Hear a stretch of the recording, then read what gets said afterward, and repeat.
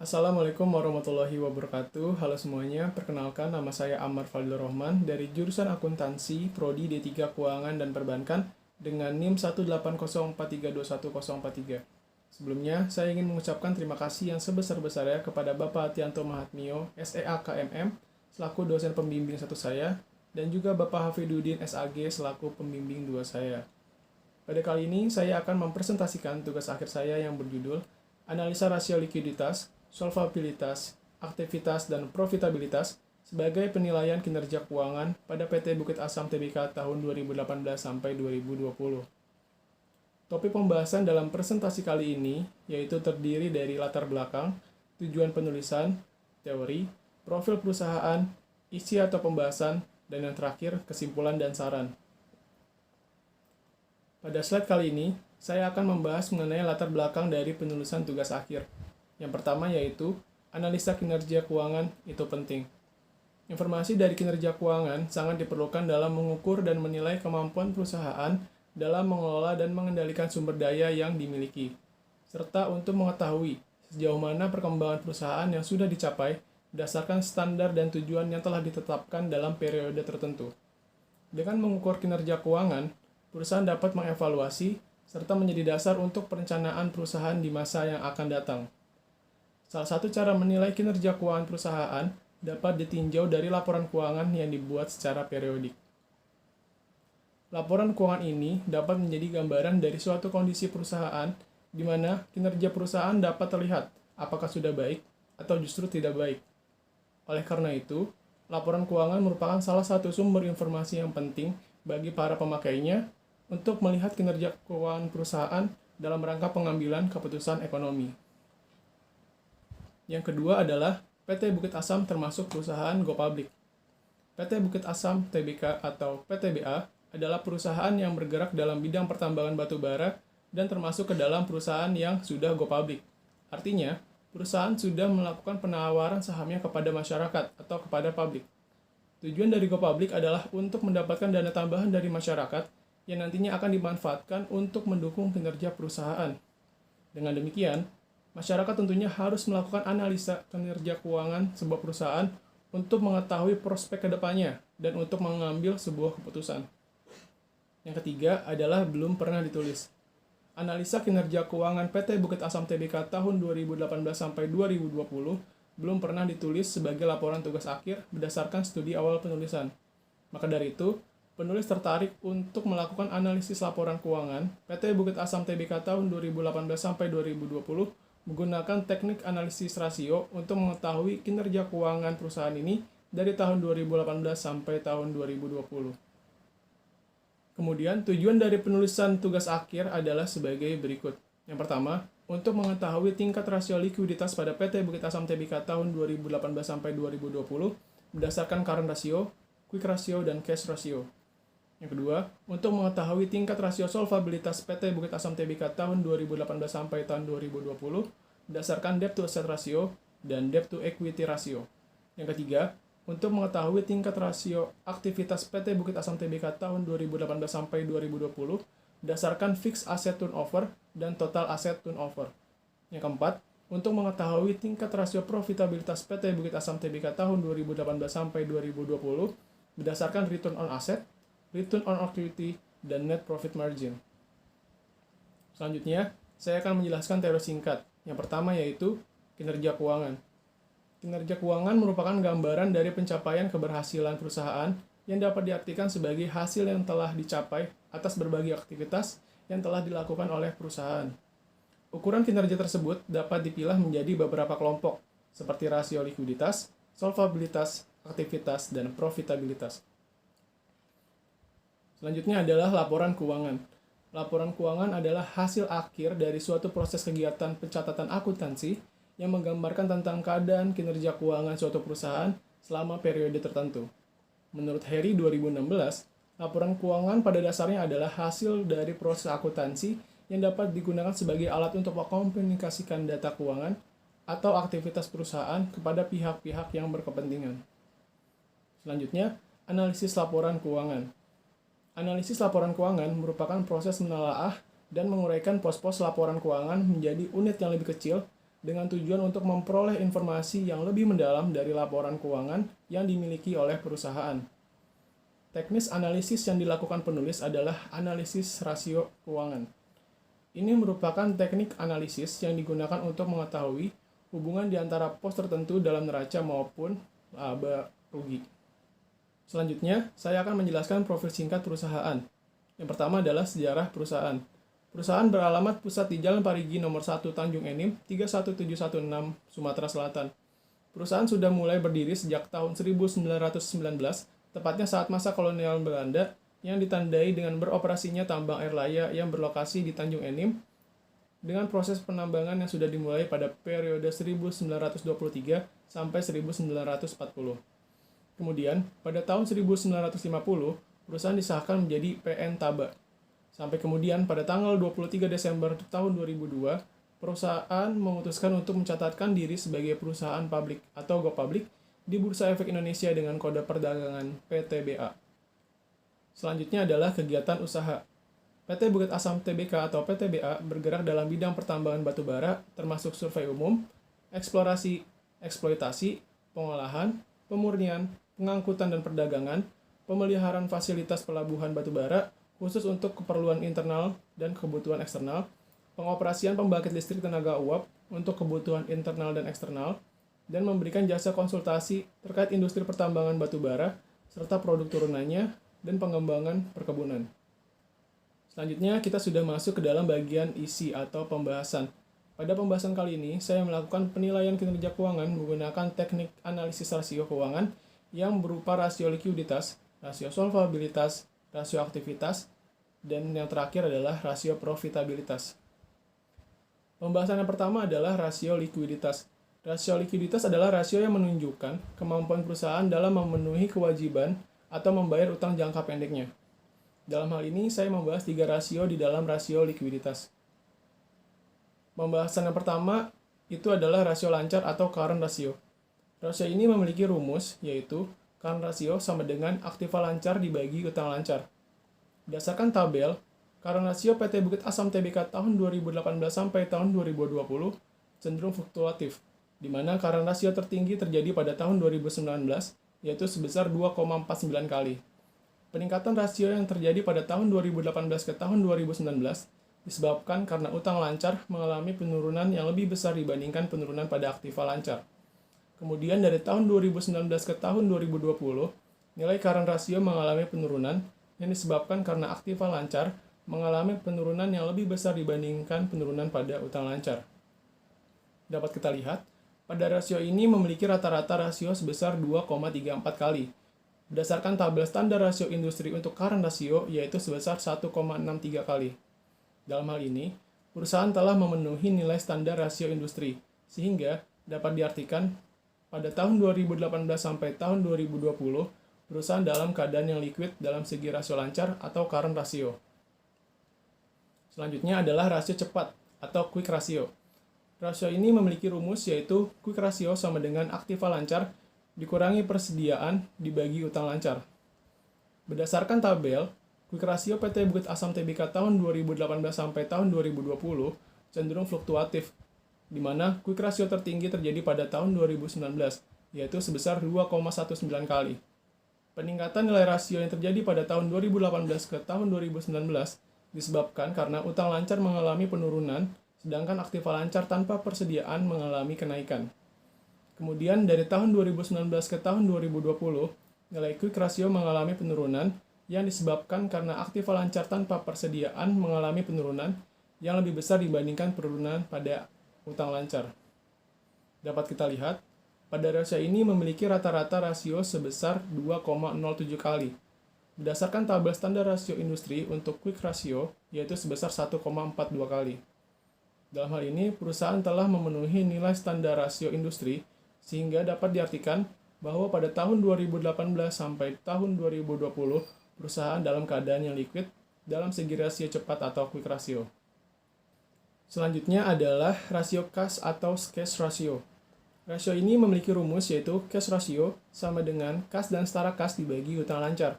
Berdasarkan tabel, cash ratio PT Bukit Asam Tbk tahun 2018 sampai tahun 2020 cenderung fluktuatif, di mana quick ratio tertinggi terjadi pada tahun 2018, yaitu sebesar 1,28 kali.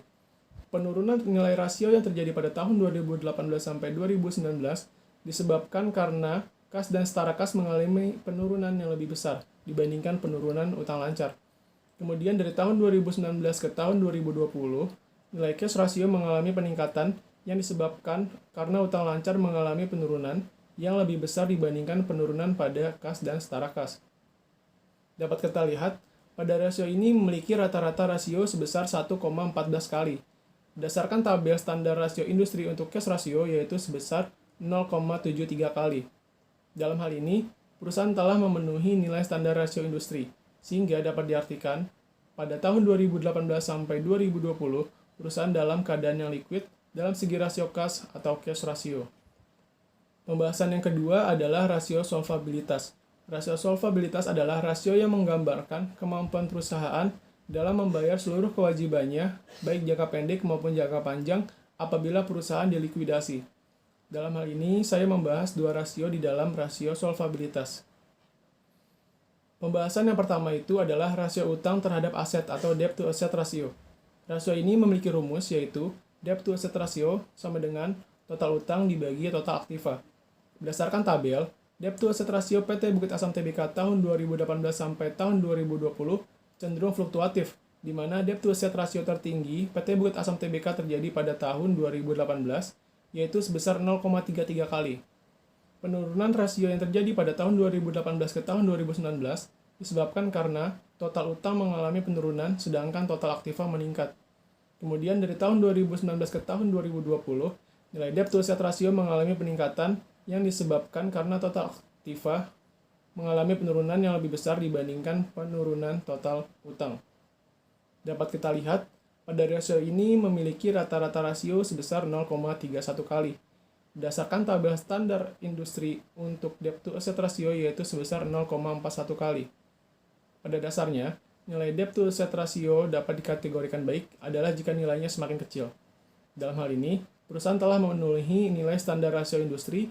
Dengan demikian, debt to asset ratio pada tahun 2018 sampai tahun 2020 dapat dikategorikan dalam kondisi yang baik. Selanjutnya adalah rasio utang terhadap modal atau debt to equity ratio. Rasio ini memiliki rumus yaitu debt to equity ratio sama dengan total utang dibagi total equity.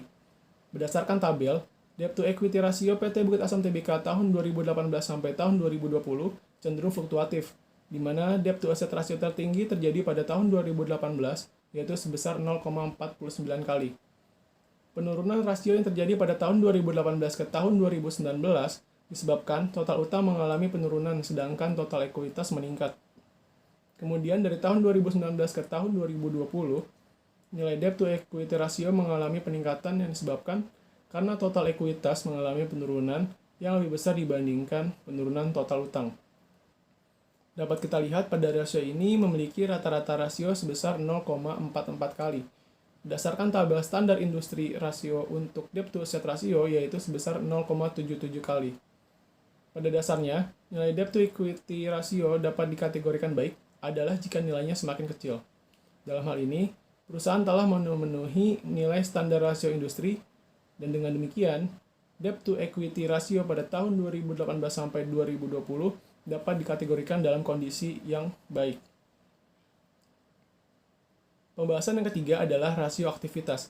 Rasio aktivitas adalah rasio yang digunakan untuk mengukur efektivitas perusahaan dalam menggunakan aktiva yang dimilikinya. Dalam hal ini, saya membahas dua rasio di dalam rasio aktivitas.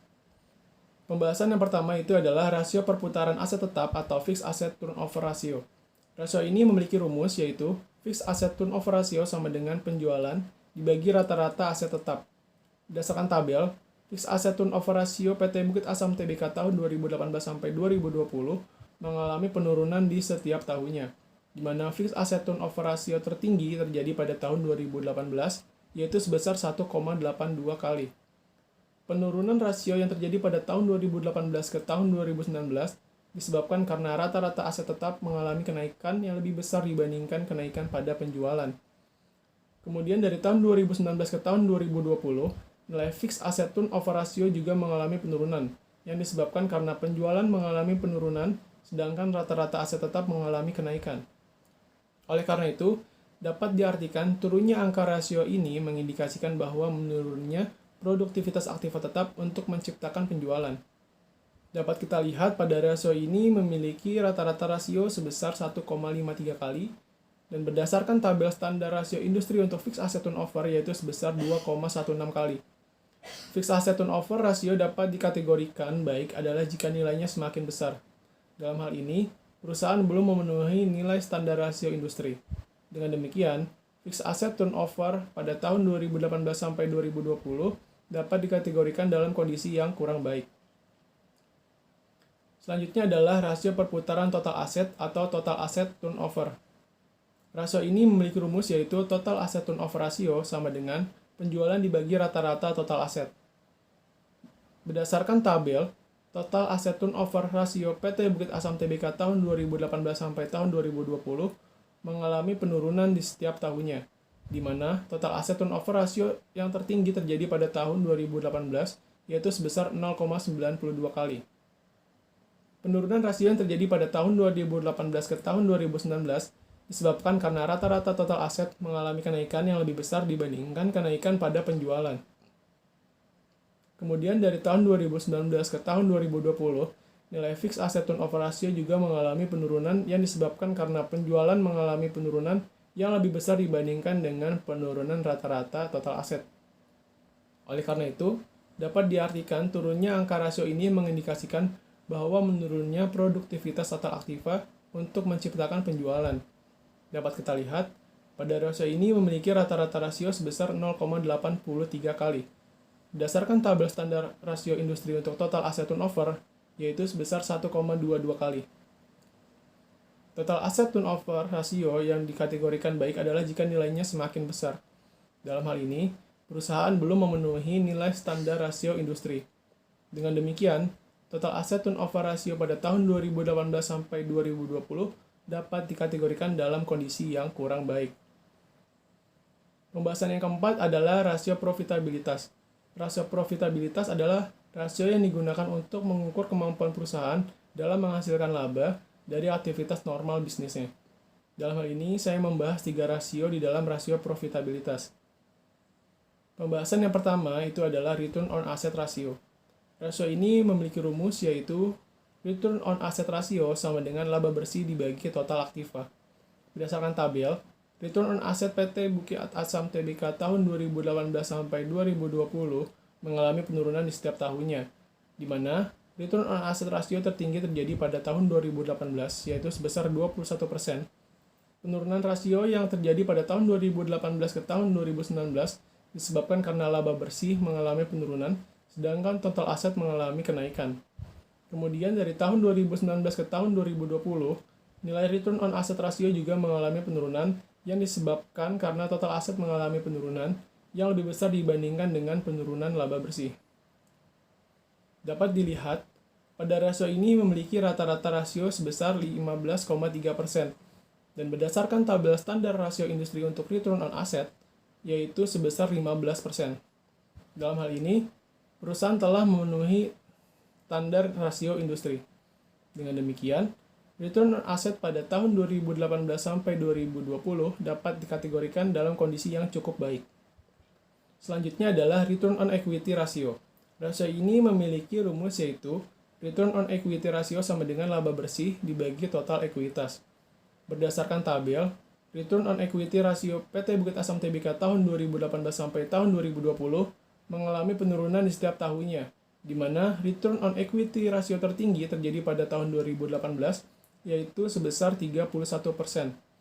Penurunan rasio yang terjadi pada tahun 2018 ke tahun 2020 disebabkan karena total ekuitas mengalami kenaikan, sedangkan laba bersih mengalami penurunan.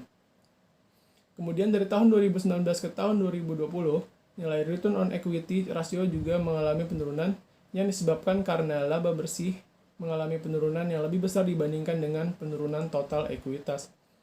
Dapat kita lihat, pada rasio ini memiliki rata-rata rasio sebesar 22,3%, dan berdasarkan tabel standar rasio industri untuk return on equity, yaitu sebesar 26%. Dalam hal ini, perusahaan belum memenuhi standar rasio industri. Dengan demikian, Return on equity ratio pada tahun 2018 sampai tahun 2020 dapat dikategorikan dalam kondisi yang kurang baik. Selanjutnya adalah net profit margin ratio. Rasio ini memiliki rumus yaitu net profit margin ratio sama dengan laba bersih dibagi penjualan bersih. Berdasarkan tabel, net profit margin ratio PT Bukit Asam Tbk tahun 2018 sampai 2020 mengalami penurunan di setiap tahunnya, di mana net profit margin ratio tertinggi terjadi pada tahun 2018, yaitu sebesar 24%. Penurunan rasio yang terjadi pada tahun 2018 ke tahun 2019 disebabkan karena penjualan bersih mengalami kenaikan, sedangkan laba bersih mengalami penurunan. Kemudian dari tahun 2019 ke tahun 2020, nilai net profit margin ratio juga mengalami penurunan, yaitu karena penjualan bersih mengalami penurunan yang lebih besar dibandingkan dengan penurunan laba bersih. Dapat kita lihat, pada rasio ini memiliki rata-rata rasio sebesar 19%. Berdasarkan tabel standar rasio industri untuk net profit margin yaitu sebesar 12%. Dalam hal ini, perusahaan telah memenuhi nilai standar rasio industri. Dengan demikian, nilai net profit margin ratio pada tahun 2018 sampai 2020 dapat dikategorikan dalam kondisi yang baik. Selanjutnya, saya akan menjelaskan kesimpulan dari penulisan tugas akhir saya. Yang pertama, dilihat dari rasio likuiditas. Dari ketiga komponen rasio likuiditas yang telah dihitung yaitu current ratio, quick ratio, dan cash ratio PT Bukit Asam Tbk tahun 2018 sampai 2020, secara umum dapat dikatakan bahwa kondisi perusahaan tersebut dalam keadaan yang baik atau liquid, yang artinya perusahaan memiliki kemampuan untuk memenuhi kewajiban jangka pendeknya. Yang kedua, dilihat dari rasio solvabilitas.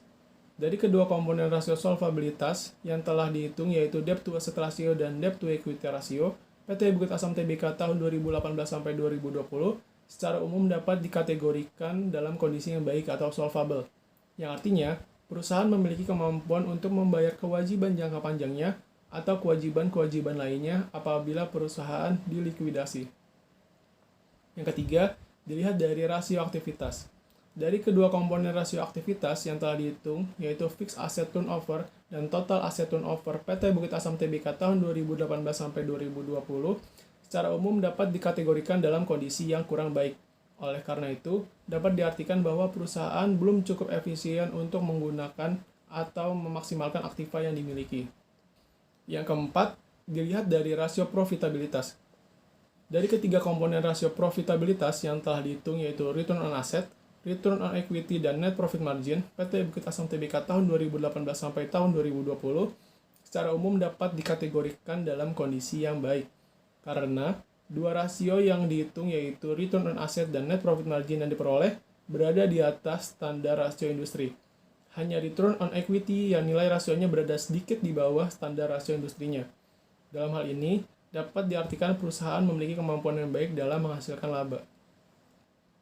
Yang terakhir adalah saran yang bisa saya berikan kepada PT Bukit Asam Tbk.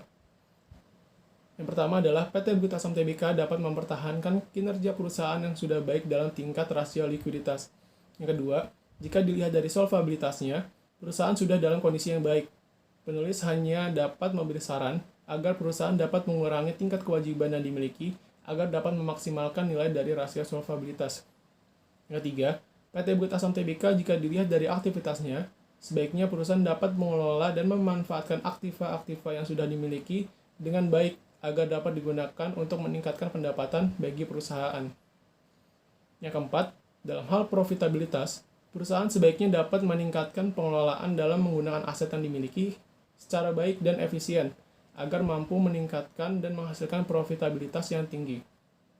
Sekian presentasi dari saya, mohon maaf jika ada salah kata maupun kekurangan lainnya. Wassalamualaikum warahmatullahi wabarakatuh.